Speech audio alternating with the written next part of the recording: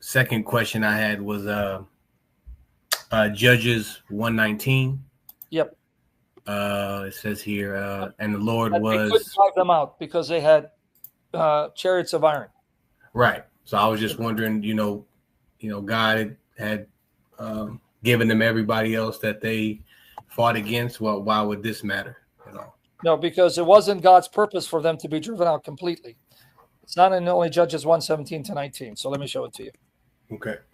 The Lord already said he would drive them up slowly, not completely, for two reasons. Number one, they were too young and they were immature when it came to fighting. And also there are too many animals that if they were all driven out at once, the animals may be too much to handle because they're so numerous, like bears and lions and so forth, right? Okay. And number two, the other reason why God did not allow them to drive them out completely was because of punishment, because they did not fully submit to the law of the Lord and decided to then worship their gods and goddesses as they entered in. So here is the same book. Here it is right there, spelled out black and white. But let's read it. Judges 2:1-5. Then the angel of the Lord went up from Gilgal to Bochim and said, I brought you up out of Egypt, led you into the land I swore to give to your ancestors, and said, I will never break my covenant with you, and you shall not make a covenant with the people of this land. I'm on with Sam. What is it?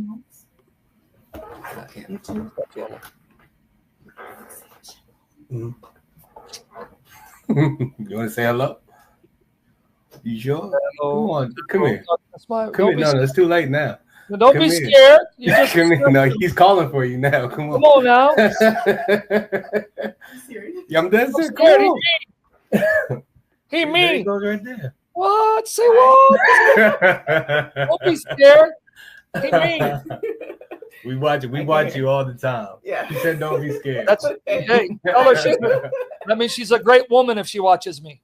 He said you're a great woman because you watch him. Great is your reward in the kingdom, mister.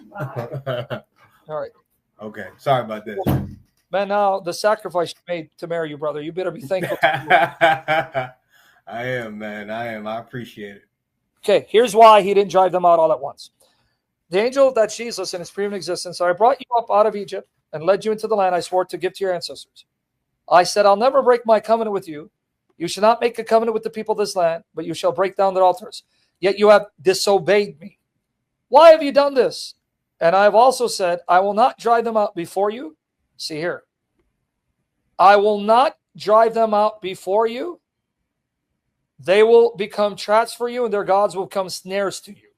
When the angel of the Lord had spoken these things to all the Israelites, the people wept aloud. They called the place Bochim. There they offer sacrifice to the Lord. Bochim means weepings. Again, same book. Judges 2:19-23.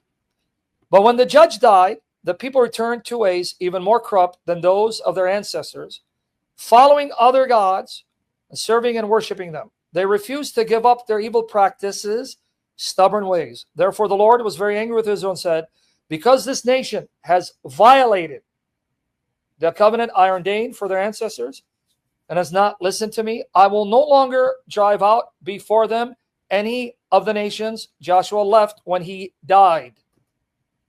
I will use them to test Israel and see whether they will keep the way of the Lord and walk in it as their ancestors did.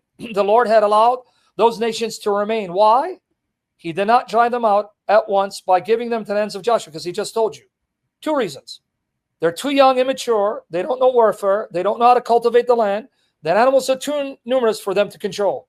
So I'm going to keep them around who know how to cultivate the land, who then help them fight against the animals. But secondly, because of their disobedience and keeping covenant with these Gentiles who worship gods and goddesses, I'm then going to use them to punish Israel into repentance. Judges 3:1-6. Again, says it right here. These are the nations the Lord left to test all those Israelites who had not experienced any of the wars in Canaan. He did this only to teach warfare to the descendants of the Israelites who had not had previous battle experience. The 5 rulers of the Philistines and all the Canaanites, the Sidonians and the Hivites living in Lebanon mountains from Mount Baal Hermon to Lebo Hamath, they were left to test the Israelites to see whether they would obey the Lord's commands, which he had given their ancestors through Moses. The Israelites lived among the Canaanites, Hittites, Amorites, Perizzites, Hivites, and Jebusites. Notice how they're breaking God's command. They took their daughters in marriage, gave their own daughters to their sons, and served their gods. So you're already told, not only in Judges, God already said, I'm not going to drive them out completely because you are too young, too mature. You can't handle the land and cultivating it, or the animals, the bears and lions, which are too numerous. And secondly, because you've been proving yourselves to be faithless over and over again, I'm going to use them to discipline you and beat you into repentance. So it's part of training them and punishing them. Training them to know how to fight, how to then run a land, cultivate a land, how to control the wild animals, but also to punish them because they repeatedly broke his words, not only in the land, but in the wilderness. Got it. Yeah. In fact, let me then show you here so that people don't think. He already is telling them here in Deuteronomy 7, 22 to 23. Oh, sorry. What? Yep. God already announced this before that he's not going to wipe them out completely. Deuteronomy 7, 22 to 23. Here it is. Look, long before they entered the land, right? Here it is. The Lord your God will drive out the nations before you little by little. Right. You'll not be allowed to eliminate them all at once, or the wild animals will multiply around you. But the Lord your God will deliver them over to you, throwing them into great confusion until they are destroyed. Little by little. Yeah. Right? Yep. And the two final ones. Exodus 23, 29, 30. But I will not drive them out in a single year, because the land would become desolate and the wild animals too numerous for you. Little by little, I will drive them out before you until they have increased enough to take possession of the land. And finally, Exodus 13, 17, 18.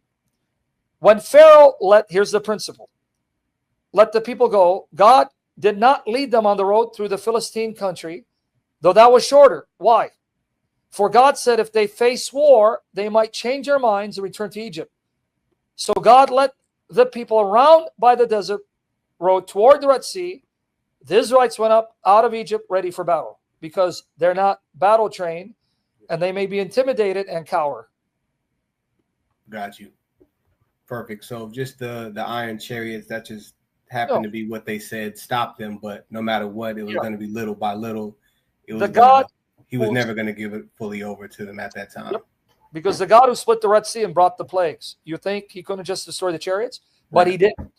He let them struggle against iron chariots to teach them, look, you're not as great as you think you are, and you're nothing without me.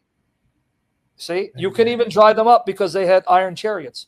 So what do you think they would do to them if I'm not with you? Amen. Teaching them not to trust in their own military might and prowess, but to be humble because this is a sign. Look, you couldn't even defeat them because they had iron chariots. You think you could defeat anyone if it wasn't for me? To teach them to depend on him, not on their might, intelligence, resources, or military prowess. Got you. Thank you, Sam. See, that's why you're one of the warriors, man. That's why. Well, have your wife and you pray for me that as you guys ask to be filled with the Spirit, finish race, I stay holy and not shame the Lord and finish the race. I will. We'll definitely have you in our prayers, man. I appreciate it. Thank you. Love you too. God bless. All right. Do you guys understand his question? If I throw you out, it's to make more room, guys. It's not anything personal. Okay, you guys understand the question? These questions are excellent. Now, you're learning a lot. If you're listening,